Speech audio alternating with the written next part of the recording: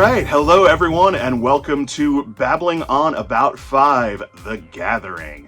As you may have guessed from today's episode title, we are going to talk about the pilot of Babylon 5, The Gathering, which aired in February of 1993.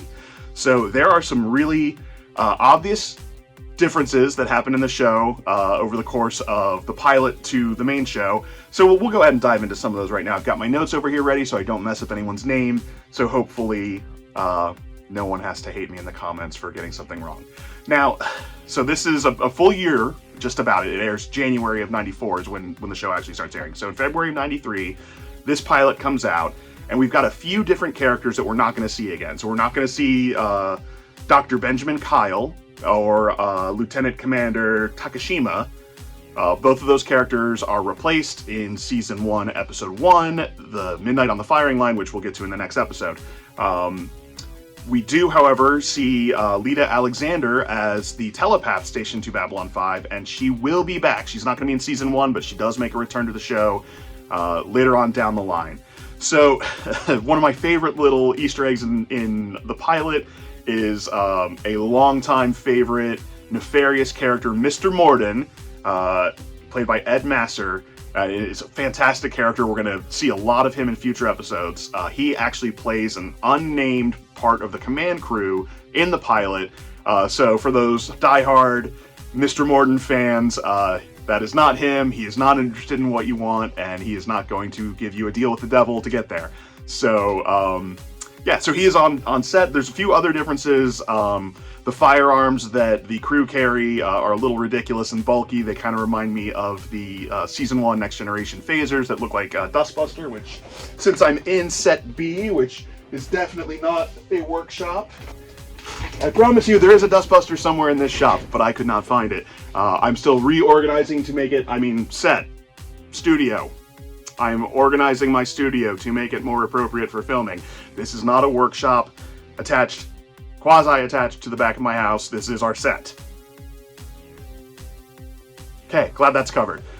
So the PPGs that we know and love from the main show, those aren't here as the firearms. It's these bulky, vacuum-like, almost phaser-like. Even the projectile is more phaser-like.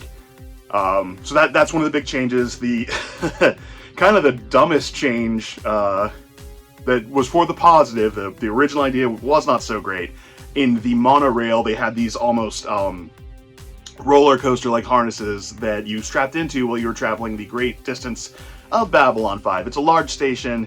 It houses 250,000 people. Getting from A to B is not always quick, so the monorail will get you there, and in the pilot, you're strapped in like you're riding a roller coaster. It's not a good look. Another not good look that I'm glad they fixed was the Minbari makeup. Ambassador Delenn looks kind of like something out of a nightmare, and considering that there's a romance storyline with her in future seasons, it's probably for the best that they made her look a little more appealing by Season 1.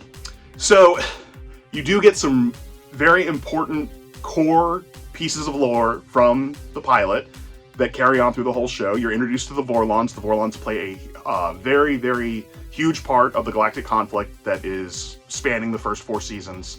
You're also introduced to the Battle of the Line, which was the final fight between the Earth and the Minbari before they mysteriously ceased all hostilities with humans. Even though they were winning handily, they just decided, hey, we're done fighting, and we don't know why, and we won't know why for quite some time.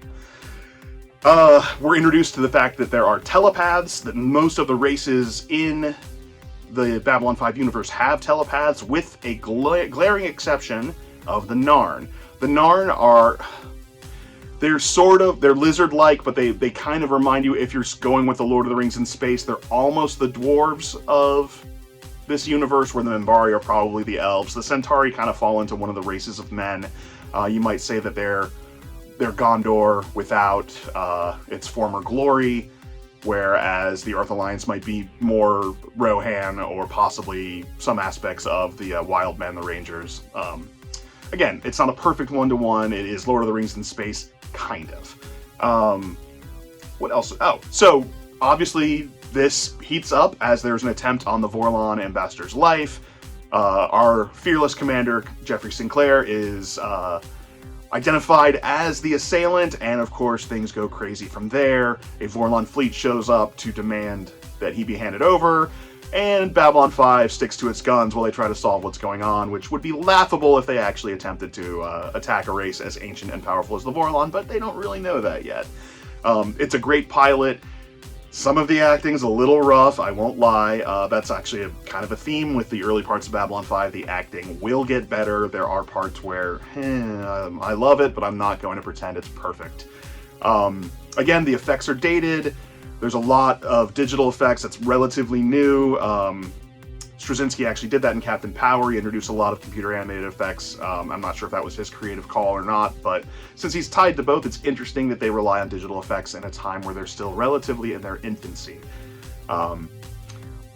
So yeah, the effects don't hold up so great, but the story is so good, the characters are so good, and eventually the acting does catch up, and we're treated to what turns out to be one of the best dramas to air in the 90s. I look forward to talking about it more, to babble on and on with you in another week. Until then, please subscribe to the channel. Please make sure to watch the main show on Saturdays. Like, subscribe, do all the fun things. We appreciate you checking this out while we try to grow the channel. And hopefully we'll hear back and we'll see that you enjoy this and we'll keep doing it. All right, take care, guys.